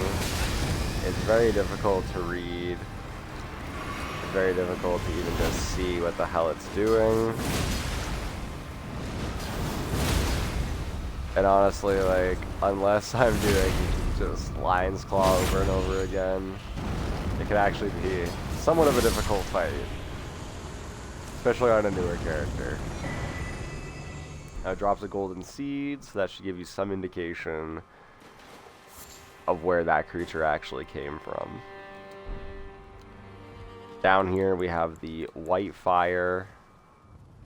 Jesus, a little close there. Lighting up the torches here.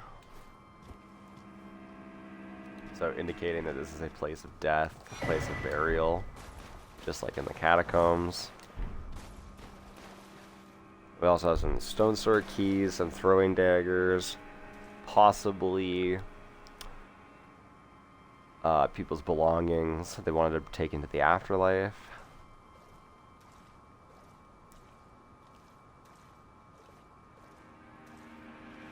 Now we come face to face with the sinister secret of Stormviel's.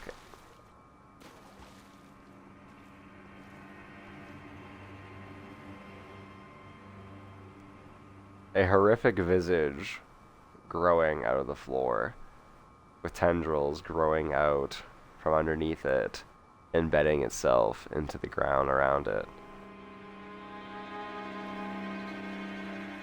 We see a clear nose and two eyes, as well as what appears to be a third eye on the top.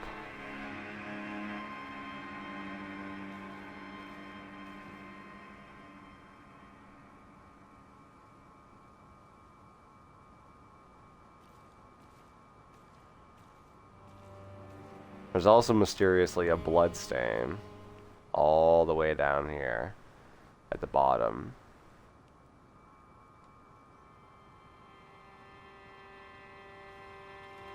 Depicting something horrible happening to Roger.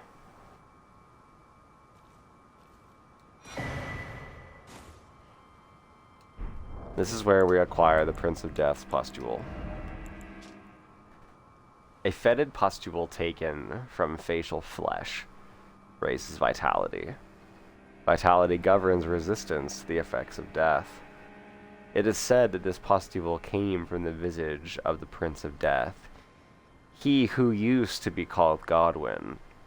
As first dead of the demigods, it is said he's buried deep under the capital at the Erd Tree's roots. And if we look very closely at the picture here for the Prince of Death's pustule, we can actually somewhat make out the same phase that we see before us here at the bottom of the castle.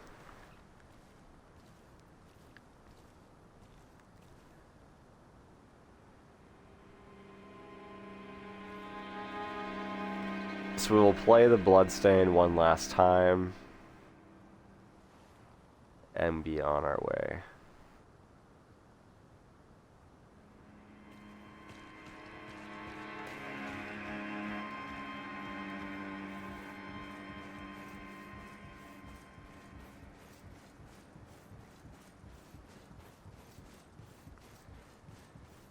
Oh, and it's actually a pretty long ladder climb up here, but once we get pretty high up, you can start to really see the face in the ground.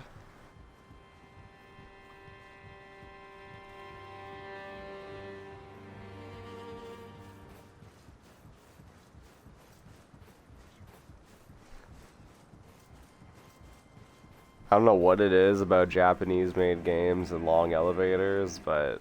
or elevators, Jesus. Ladders.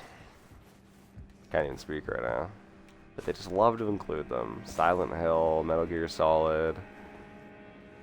I think Dark Souls 3 even has an extremely long ladder. So, we've now made it back up to the top of the castle. We're actually in a very familiar location, if you remember. But we are actually in the dining hall again. So, rather than try and make our way back, we're simply going to fast travel to the secluded cell because I'm not the best navigator when it comes to Stormviel. I actually get lost really easily in here. And that's just the way it is. So, before we progress and actually challenge this boss, I thought there was someone we could summon here, but I guess I was mistaken. Well, let's traverse the mist.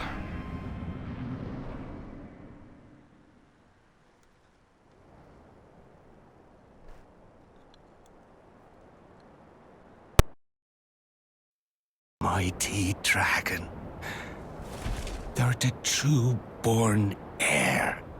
Lend me thy strength, O kindred. Deliver me unto greater heights.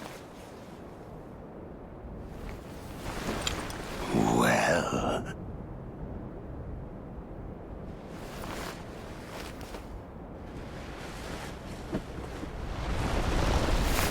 a lowly tarnished, playing as a lord.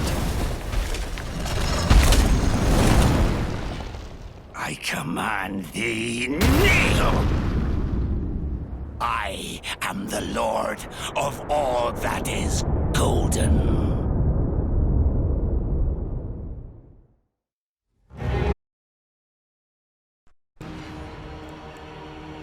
Alright, so we are now face to face with Godric the Grafted.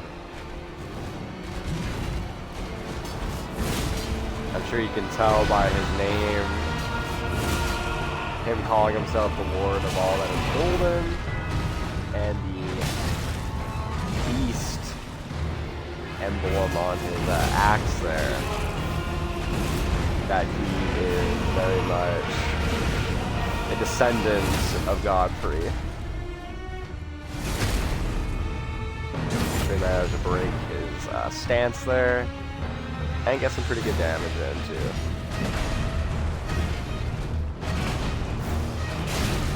He's a very fast boss, he's a very aggressive boss. He can be very overwhelming for new players.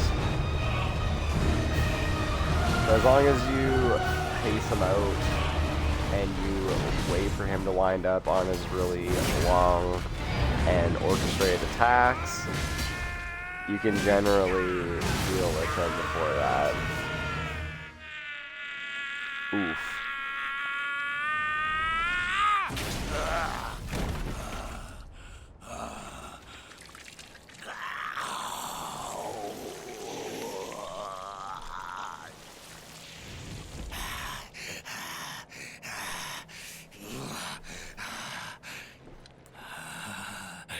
truest of dragons. Lend me thy strength.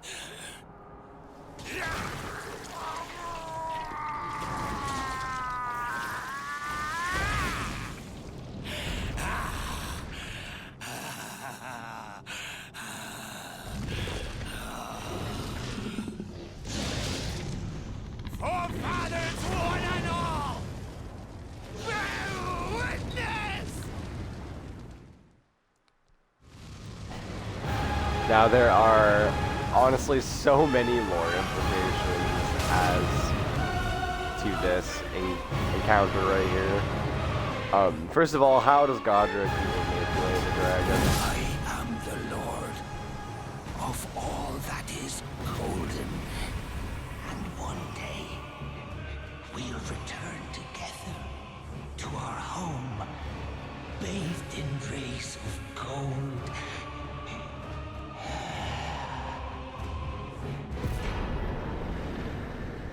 So by killing Godric, we receive the text Demigod Felled, as well as Godric's Great Rune and the Remembrance of the Grafted.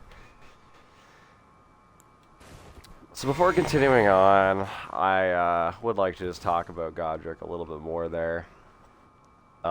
Because there's a lot of different things that can be implied from this fight.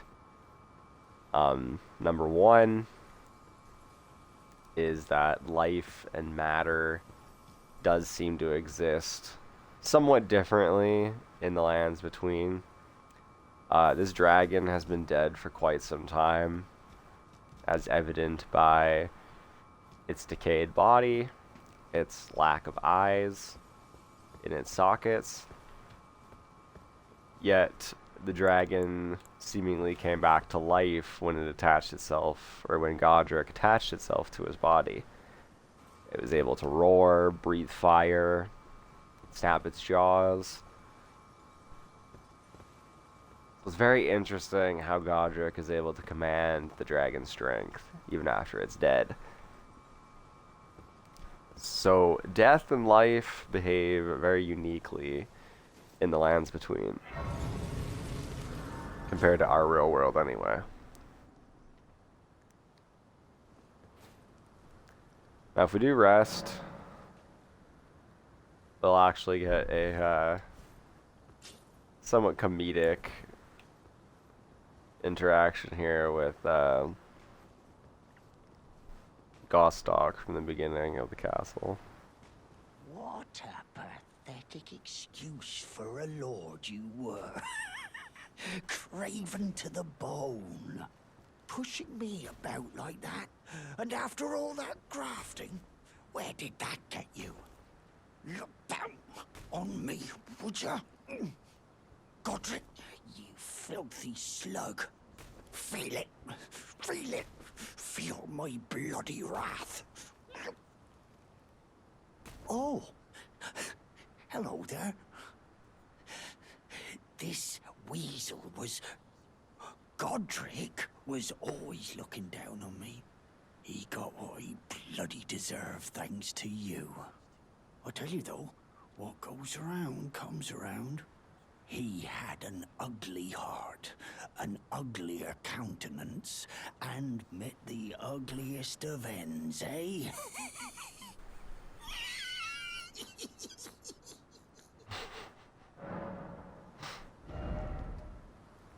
So now Gatekeeper Gostock actually becomes a full-fledged merchant, selling us silver pickled foul foots, ruined fragments, frill calling for finger remedies, festering bloody fingers, stormhawk feathers, the cestus, the gray arrow, the ballista bolt, which we've actually already seen before, the buckler, and the bandit garb. Doesn't offer very much in terms of lore, just simply typical bandit attire. But he does sell the festering bloody finger. Attempts an invasion of another player's world. If successful, you will arrive as an invader. The objective of defeating the host of fingers of that world. This furled finger is blackened with blood congestion. it also seems to have been chopped off rather unceremoniously. And we can actually see, if we look really closely, where the actual joint was. It seems to have horns growing out of it. So, possibly a little hint toward our next episode. But with that, and Godric now being squashed by Gostock, we have completed Stormviel Castle, and we've acquired its Great Rune.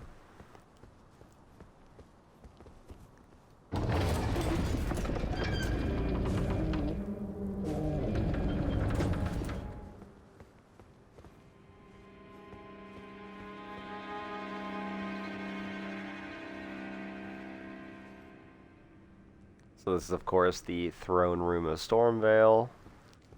And we have a very clean depiction of Godfrey just in behind it there, with Siraj, of course, just on his shoulder.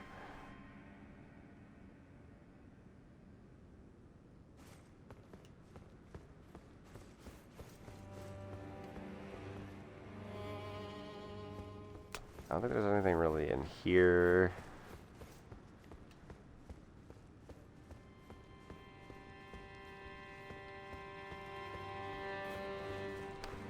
Going this way.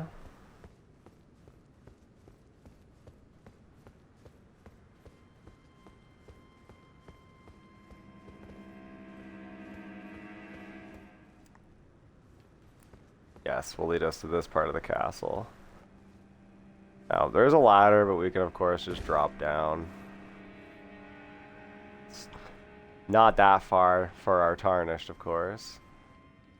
Before we leave, we'll see a ghost who seems to have been bent over backwards and is covering their face in agony.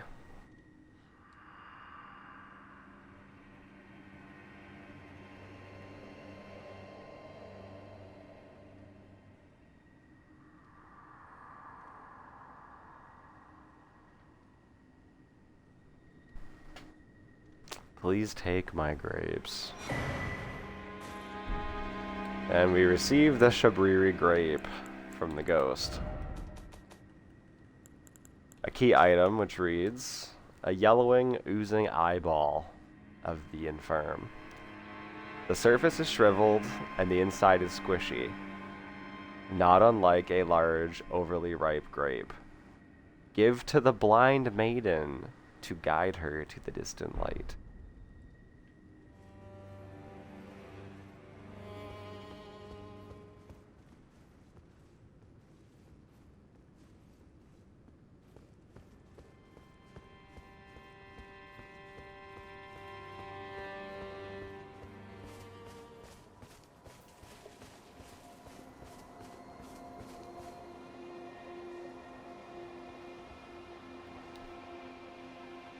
And upon exiting Stormviel, we are greeted with the next area of our quest.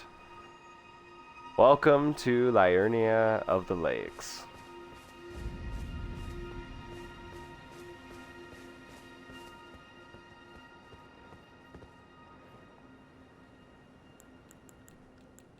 Home to the Raya Lucaria Magical Academy.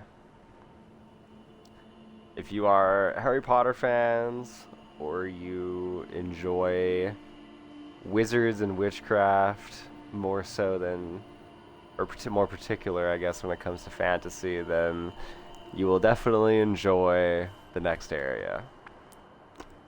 Raya Lucaria is like Elden Ring's own little Hogwarts.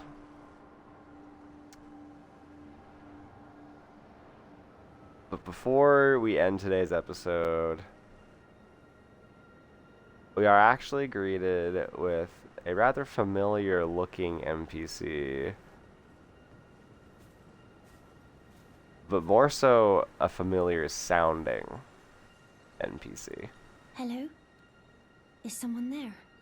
My name is Hayata, and I'm journeying in search of the distant light.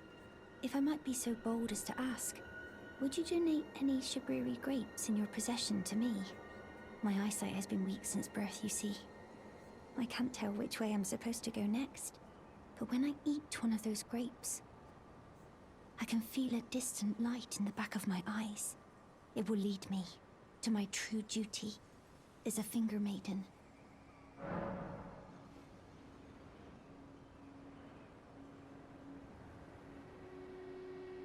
Oh, many thanks to you. Now I can feel the distant light once more. You are most kind indeed. May the blessing of the fingers be upon you.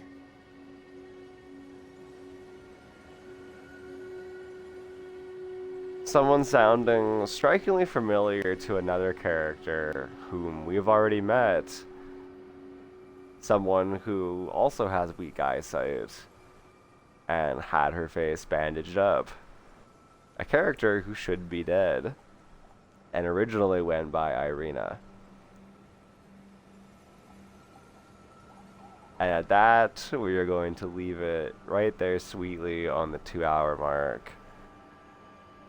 And we will leave that as our cliffhanger. Thank you for watching, and I hope you enjoyed part 3 of our full investigation of Stormviel Castle, the secrets it holds, as well as the Roundtable hold. I'll be live streaming tonight again, doing part 4 as we begin to explore Liurnia of the Lakes. If you're on YouTube watching these in VOD, thank you so much for your support on there, as the channel has really started to pick up and each video has been gaining more and more views, so thank you all for your support, and hopefully the algorithm will start picking me up here and I can get out there and finally start doing this a little bit more full time. But I'd like to thank you all again for watching, checking it out today, all my live viewers on Twitch, and I will see you all tonight in part 4. Take care and have a good one.